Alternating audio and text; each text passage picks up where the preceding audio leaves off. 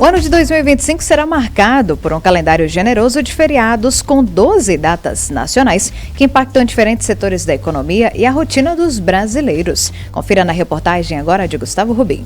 O calendário de 2025 traz 12 feriados nacionais, sendo que 6 deles caem em dias úteis, movimentando debates sobre os impactos econômicos e trabalhistas desses dias de pausa obrigatória. O economista Cícero Cambraia traz um panorama desse cenário. No ano de 2025, nós temos uma boa notícia, que é começar pelo mês de fevereiro, porque o mês de fevereiro tem menos dias úteis, menos dias corridos, e não vai ter o carnaval.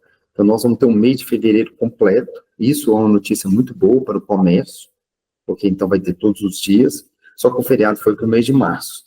Mas como o mês de março, né, é um mês de 31 dias, ele tem um impacto menor.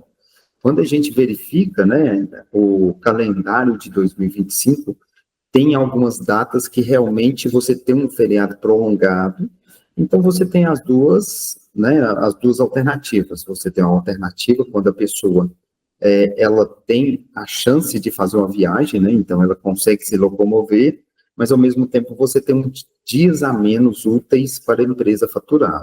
Cícero Cambraia explica que os feriados podem trazer efeitos distintos, dependendo do setor da economia. Por exemplo, o campo do turismo. Nós temos cidades, né, que recebem turista, podemos citar cidades históricas, né, de Minas, que acaba tendo uma movimentação muito grande, as cidades litorâneas também, que recebem muito turista. Então, essas cidades, elas têm um potencial de pegar esse cliente, né, que está à disposição, está com dinheiro e quer gastar. Então, só que quando a gente pega, vamos supor, numa cidade como a nossa, né, de Patos de Minas, que ela não tem um turismo muito forte, acaba que a cidade fica um pouco parada. Se a gente for sair na rua, a gente vai ver uma movimentação mais parada, né, o comércio no centro fechado, então as pessoas ficam mais em casa e acaba reduzindo as vendas na cidade. Vitória Muniz, advogada trabalhista, esclarece uma dúvida comum: a distinção entre feriados e pontos facultativos. É importante a gente esclarecer, né, a diferença entre ponto facultativo e feriado, porque hoje a gente tem uma confusão muito grande, principalmente no que tange ao ponto facultativo.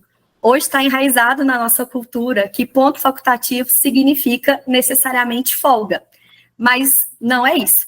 Na verdade, o ponto facultativo no ambiente corporativo, de forma geral, é um dia normal de trabalho. Então, cabe ao empregador, à empresa, decidir se haverá ou não a continuidade da prestação de serviço naquele ponto facultativo. Como no carnaval, por exemplo. Se está determinado que é um feriado, como, por exemplo, a proclamação da República, 7 de setembro, né, dia da independência do Brasil também, que são feriados, então a atividade ela precisa ser paralisada. A advogada também revela algumas regras na hora de fazer pagamentos e de receber o salário.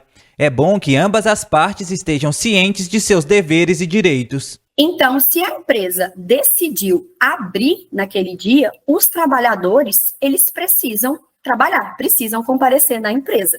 A única exceção que a gente tem é se na convenção coletiva ou no acordo coletivo, que é uma negociação entre o sindicato da categoria e a empresa, se houver uma negociação no sentido de que não, esse ponto facultativo, apesar de ser um ponto facultativo, a empresa deverá paralisar. E se ele for convocado, ele vai precisar receber em dobro, ou então ele vai ter uma folga compensatória